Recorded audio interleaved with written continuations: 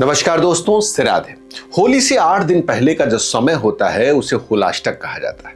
कहा जाता है इस कालखंड में कोई भी शुभ कार्य नहीं करना चाहिए और अपने घर के छोटे बच्चे या सबको कहीं न कहीं से ध्यान देना पड़ता है।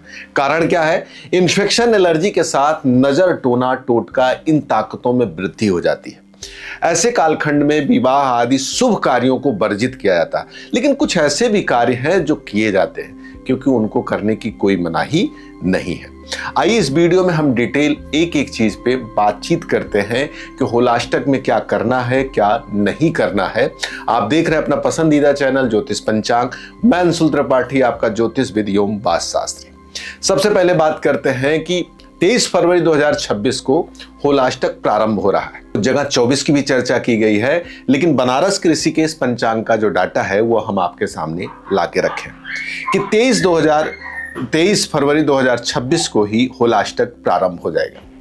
ये 8 दिन का जो कालखंड होता है, इस 8 दिन के कालखंड में कोई भी शुभ कार्य नहीं किया जाता, जैसे विवाह या कोई भी मांगलिक कार्य इस समय नहीं होता। लेकिन कुछ ऐसे काम हैं जो किए जाते हैं। जैसे क्या? जैसे मान लीजिए कोई बालक जन्म लिया है और उसकी छठी है, अर्थात छठवें दिन का जो संस्कार और उत्सव होता है, क्या उसको करना चाहिए? हाँ, बिल्कुल करना चाहिए। शास्त्र हमारा अनुमति देता है कि किसी जन्म की प्रक्रिया या मृत्यु की जो प्रक्रिया चल रही है उसमें कोई भी रोक नहीं होगा। इवन अगर ऋषिकेश पंचांग या बनारस की बात की जाए तो होलाष्टक का प्रभाव भी किसी खास स्थान पर ही देखा जाता है। व्यास, रावी और त्रिपुर क्षेत्र में, ये जो क्षेत्र हैं, इन्हीं स्थानों पर होलाष्टक का प्रभाव माना जाता है। पौराणिक कथाओं के अनुसार देखा जाए तो इस समय जो हमारे ग्रह होते हैं उनकी उग्रता कई गुना बढ़ जाती है।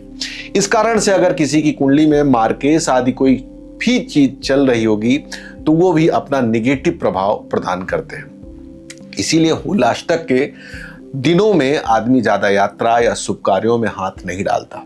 और यही नहीं, होलाष्टक बीतने के बाद जब होली जलती है, होलिका जलती है, तो कहा जाता है संवत जल गया और उसमें ऐसी ऐसी चीजें डाली जाती हैं जो हमारे शरीर की निगेटिव एनर्जी, हमारे घर की निगेटिव एनर्जी को समाप्त कर सके। इन सभी दिनों में हमारे अंदर कहीं न कहीं से जो भी इन्फेक्शन, एलर्जी या ग्रहों का प्रभाव है, निगेटिव एनर्जी है, वो अंत में जाकर होलिका में जल जाता है। कहा जाता है कि होली से पहले ये कार्यक्रम शुरू हो जाता है, उस आधार पर भी होलाष्टक मनाया जाता है। ऐसे तमाम विचार शास्त्रों के अनुसार पाए जाते हैं, तमाम ऐसे विचार हैं जो लोगों के अनुसार सुने और कहे जाते हैं। हिंदू परंपरा का जो पंचांग होता है, होली के बाद माना जाता है कि वो समाप्त होकर अगला नया पंचांग प्रारंभ हो जाएगा। होलाष्टक होली के आने की पहले की रंगीन महक है जो आपके जीवन को रंग से भर देती है। तो ज्योतिष पंचांग चैनल की तरफ से आप सबको होली की ढेर सारी शुभकामना। और हाँ, होलाष्टक के समय जो हमारी रेगुलर पूजा होती है वो नहीं बंद होती। जैसे कुछ लोग कहते हैं क्या हम अपने घर की जो रेगुलर पूजा करते हैं, जैसे भगवान को स्नान कराना, गणेश जी की पूजा करना, आरती करना, दीप जलाना, व्रत रखना, क्या इसको भी रोक देना है? नहीं।